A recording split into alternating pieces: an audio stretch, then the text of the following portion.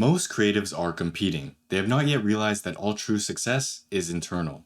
If you are a creative person, whether that be art, photography, or content creation, then you understand the struggles of creativity. Creativity is challenging for three reasons. 1. We are trying to improve every day. 2. We compare ourselves to others subconsciously, whether we realize it or not. 3. We are trying to create something that appeals to others. Especially with social media, there is an infinite amount of competitors, so it's easy to get in your own head about your own progress. But if you flip this, that also means there's an infinite amount of customers. You see, creativity is not a competition. We are in a new age of the digital renaissance. This is a time period where there is more opportunity to be successful as a creative person as there ever was. These days, you can reach and connect with people thousands of miles away. You can provide value to people you would have never had a chance of meeting 100 years ago. The next Picasso who would have never been found can simply be discovered by posting on social media. The very landscape of art is changing. You used to have to go in person to study the new Da Vinci or Michelangelo. And as technology advances, better tools become more available to everyone. Editing software is getting more advanced and even AI is here. Plus, the creative community as a whole is growing. Everyone is posting online, which shares not only knowledge but also inspiration, technique, and skill. Everyone is leveling each other up. There has never been a better time to be a creative person. If you understand this and are doing something about it, you are 10 times ahead of the curve. You see, most people have not yet realized this. They are still stuck in the older ideas of the 20th century, which isn't a bad thing. The internet is only 40 years old.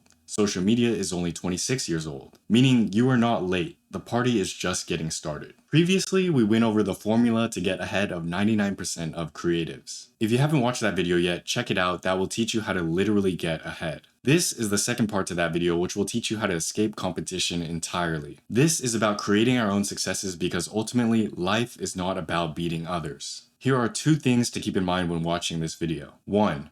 All true success is internal. 2. Creativity is not a competition. Most creatives never realize this, and that's why most creatives won't succeed. But that's why you can. If you can understand and apply these concepts to your life and your work, you will be more successful. And in my opinion, more happy and more fulfilled as well. Disclaimer, this is a long compilation of stuff that has worked for me in my own creative pursuits. You don't have to agree with everything I say, just take and apply what's useful to you, to your life. Whose game are you playing?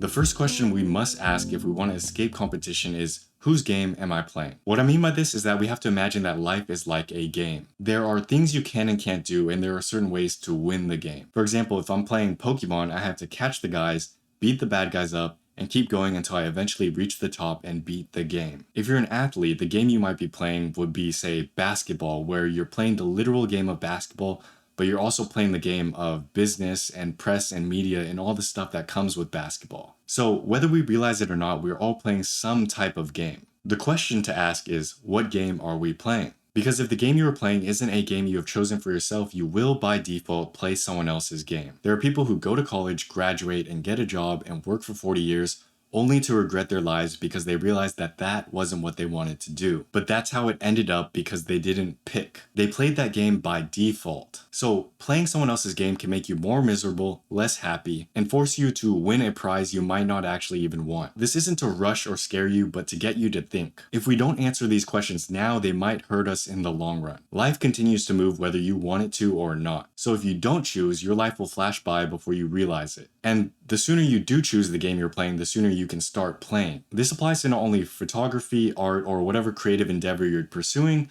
but also just life in general. I'll make this more tangible for you guys. What game am I currently playing? The game I'm currently playing is one of content, photography, and business. I've crafted my life in such a way where I can take photos, make content for you guys, and build and sell products like prints and books. For example, the type of photography I've been really into lately has been sunset photography. I spent the last year and a half taking photos of sunset and even built this photography zine called The Sinking Sun, which is still available if you're interested. There's only going to be 50 first edition softcover versions and 10 special edition hardcover versions. So grab yourself a copy before they're all gone. So I build these projects and take the lessons that I've learned and share them with you guys. and then I learn more by doing so. And then I do it all over again. This is the game that is currently the most fun for me. Because it's an infinite game, there's always new places to explore, new things to make, new things to share and talk about, and the rules of the game I've set up based on my own values and preferences. These rules or constraints dictate what you can and can't do. Values, for example, would be something like the print medium. Many photographers showcase their work online. I do this as well, but I really like printing my own photos. It's more real to me, and there's nothing quite like seeing and holding your photos on paper. This means making prints and building photo books to share and showcase my art. That's what I value, and it becomes how I play the game. In terms of preferences, you can think about it like the cameras I like to use. Cameras like the X100V or the X Pro 3 are cameras that are preferred to me, and so they are how I like to play the game as well. So your values and preferences will dictate the rules of your game. Understand that these are things that may change over time as you become a different person. To identify your values or rules, ask yourself, what do I like? What do I not like? What am I okay with doing? What am I not okay with doing? What would I consider crossing the line? We identify those first, and then we can start building productivity systems to make them better and easier. And we'll talk about productivity more in other videos, but for now, let's just focus on building our own game. Here are some good questions to ask yourself when making your own game. What can you do all day, every day, and never get tired of? What activity makes you lose track of time? The thing you can do where you look up and realize that 4 hours have just gone by. What looks like work to others but is play for you? Your own game is built around these natural talents and interests that you have. It is not only based on things that you are good at, but things that are fun for you. Because we want to enjoy the game that we are playing. So there's no point in building our own game if it just becomes another 9 to 5. That's a big lesson I learned from freelance photography. I used to occasionally do photo shoots and wedding, which taught me a lot about photography itself. But I quickly realized that although I do enjoy photography, I enjoy photography the most when I'm making the things that I actually want to make. If I'm taking photos for others, it can easily become another 9 to 5. And that's not what I wanted. I started YouTube many years ago to build a more autonomous life for myself. Somewhere along the way, I found photography, or maybe photography found me, and here we are now. But the point of this was not to become a photographer. The point was to build a more independent life. And understanding all of this took a very long time. And I'm still making small improvements and adjustments each and every day. So we're talking years. Day after day grinding. This is not supposed to be a quick and easy process. We are literally building your ideal life right now. So set your expectations accordingly. It's going to be a long journey, but it's going to be worth it. Let's go over this again. These are the 3 steps to building your own game. 1. Find what you can do that looks like work for others but is play for you. 2. Identify your values and preferences. These are your rules. 3. Set up the winning conditions. We'll talk about this more in the next step. Create your own success. Alright, I know this is a lot. Are you still with me? Let's talk about the next step, success. What is success? In every game, there must be a way to win. Success is how we win the game we've created for ourselves. For example, to win the game of society, it typically means getting money, fame, or status. If we get those things either by becoming a doctor, making a bunch of money, or becoming a famous actor or something, we are by that definition successful. However, that is society's standards of success. But what if we don't care about that stuff to begin with? Remember, all true success is internal. So to play our own game, we must create our own definition of success. If you don't define success, you will adopt the standard definition of success by default. I have 2 versions of success that I've defined for myself.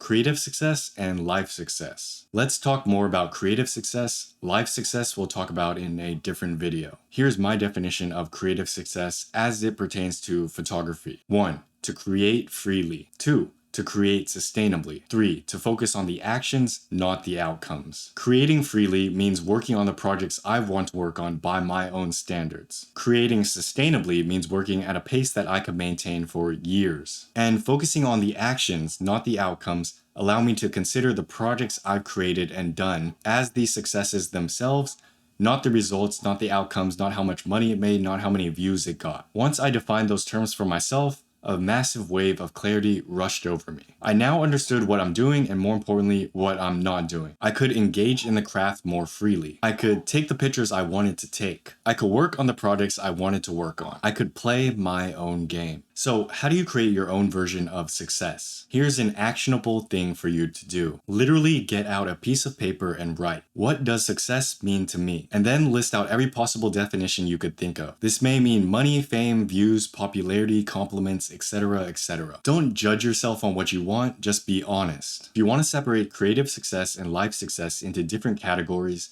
like I did, you can. And understand that as you progress in life, you can change this definition anytime you want. This isn't a static definition. It's normal to change our wants and needs as life grows and we grow and all that stuff. Try to narrow your success list down to 1 to 3 things. The more specific you can be, the better. You can also rewrite and redefine these things in the ways that make more sense to you. This process might be difficult at first, but really try and think about these things. Which of these do I actually care about? Once you've done this, we can move on to the final part, which is escaping the competition. Escape the competition. Finally, I want to bring this full circle by describing how to escape the competition. First, we learned to think of life as a game. Then we created the foundations for our game based on our own values and preferences. Now we can escape the competition. You see, a lot of people try to escape the competition by beating the competition. This is not the way to win. This is because there will always be someone better, someone more talented, someone more hardworking out there. And in that game, there can only be one winner. So this is not to deter you from being the best if that's what you actually want. Rather, it's to make sure that's what you actually want in the first place. That's why we went through this whole loop of defining our wants. Because the real way to escape competition is by discarding it. If we don't want to be the hardest worker, we don't have to try to be the hardest worker. We can put our energy and efforts into winning the game we have defined for ourselves. And if you do want to be the best, at least now that motivation is defined and clear for you. But in my opinion, trying to be the best in a creative endeavor is like trying to fight a war you can't win. This is because creativity is all apples to oranges. Even if you are the best technically,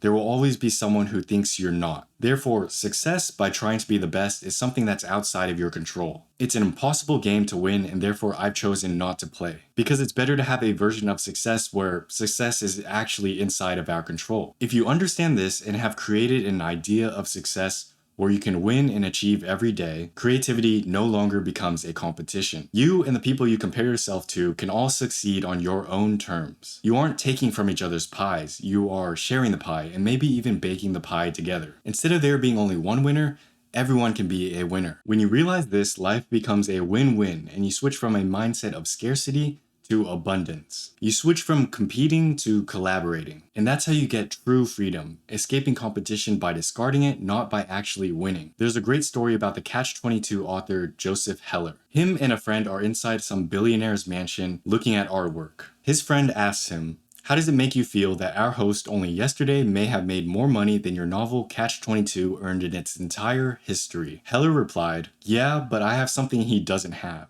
I have enough." That's a powerful quote because it shows someone who's escaped the competition. It's not about money for him. He is living on his own terms of success, not on anybody else's. And he knows what enough is. So to bring it full circle, competition, at least in today's age, is a myth. If you truly want to get ahead of other creatives, stop competing. The minute you stop competing, you start creating. You begin to create the work you want, the work that interests you, the projects you're actually invested in. You stop doing what everyone else is doing simply because everyone else is doing it. You ignore trends, views, followers, or whatever social competition you're playing. You escape the competition by discarding it. Most creatives never get here. They are stuck competing with other creatives for something they might not even actually want, and that's why they won't succeed. But if you understand this and take the steps to define your own version of success, you can discard competition and succeed on your own terms. You'll soon realize that the only true and fair comparison to make is one of you to yourself, the person you once were and the potential of the person who you could become. No one can compete with you on being you. So to sum it up, Begin by creating your own game. What do I like to do? What am I interested in? Next, create the rules of the game based on your own values. What do I prefer to do? What am I not okay with doing? Then set up the winning conditions or success for your own game. What does success mean to me? How do I win my own game? Finally, escape competition and succeed by playing your own game. Simple, right? So I wish you the best of your luck on your own creative journey. I hope this helped. If it did, please share this with another friend who you think might also need this. Also, there are still copies of my first photography zine, The Sinking Sun, available. You can order one in the link down below if you're interested. Thanks so much for watching. Have a great day. Peace.